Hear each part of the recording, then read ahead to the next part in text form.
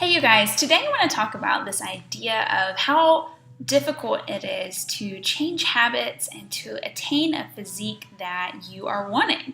And I get so many clients that come to me, that come to me and they want to lose weight and they want to fit into their old pair of jeans, and they have all these goals that they want to work towards, and they're so excited to work towards them in the beginning. And eventually what happens is, you guys know it, the motivation that just wears off, and oftentimes that's because there's a lack of internal motivation, and that's okay, because honestly what gets people excited and willing enough to do these kinds of things is the external motivation that's there. But along the way we have to kind of create some sort of internal motivation that is going to sustain you when your motivation and your energy is waning. And so often I just try to be honest and realistic with my clients, and we start out with really simple habit changes. And so in the beginning, what I focus on with my clients is their no compromise nutrition commitments. And so that's one of the first things that I discuss with my clients is, what are those few things, and it could be one, it can be two, it can be three, but I usually try not to suggest more than one or two. And it's going to be those things that are relatively easy for you to change without causing a whole lot of stress. So for some people that could be, I'm going to limit the soda that I drink and I'm going to have water at every single meal. For other people, I would highly suggest eating protein at every single meal. And the idea behind these no compromise nutrition commitments is that you want to make the choice that kind of has the biggest bang for its buck. So in my opinion, adding protein to your meal is one of those things, because adding protein to every single meal increases the thermic effect of food, and so that automatically is ramping up your metabolism, because protein is harder to digest than any other macronutrient. So when you are ramping up the amount of protein, you're ramping up your metabolism and you're burning more calories.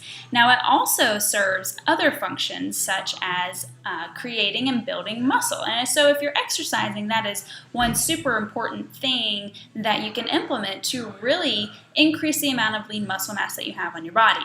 When you're increasing the amount of lean muscle mass you have on your body, you're also increasing your metabolism as well, and also burning more calories. So that's kind of what I suggest to a lot of people, is to really increase that protein.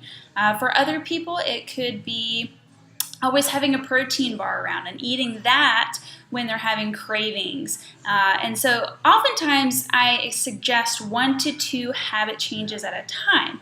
And what happens is often that I find a lot of clients are so anxious to jump in, and they want to throw everything out. They want to throw out the carbs, they want to throw out sodas, they want to throw out cake, they want to throw out pie, they want to throw out rice and potatoes, and they get so caught up in this idea of just throwing the baby out with the bathwater, I think is the phrase. But they throw everything out, and then 2 weeks in, they're just completely they don't have energy and they don't have motivation. And so I really want to emphasize an approach that is much more sustainable and honestly realistic for a lot of people. And I think that we always have this sense of urgency. Like, we view our fitness journey and our weight loss journey as this urgent thing that has to happen right now. And in reality, weight loss is not linear.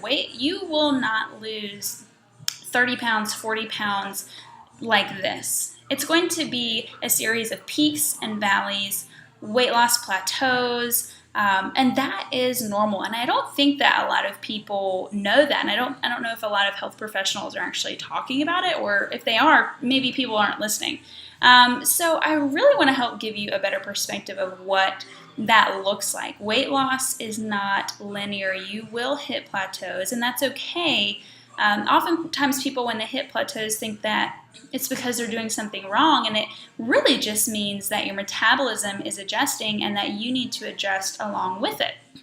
And that's where a lot of people fail, is that when they start to plateau, they will restrict food even more, and they will increase exercise even more, and they may even start to gain weight at that point. And honestly, it's because the metabolism is just slowing down even further.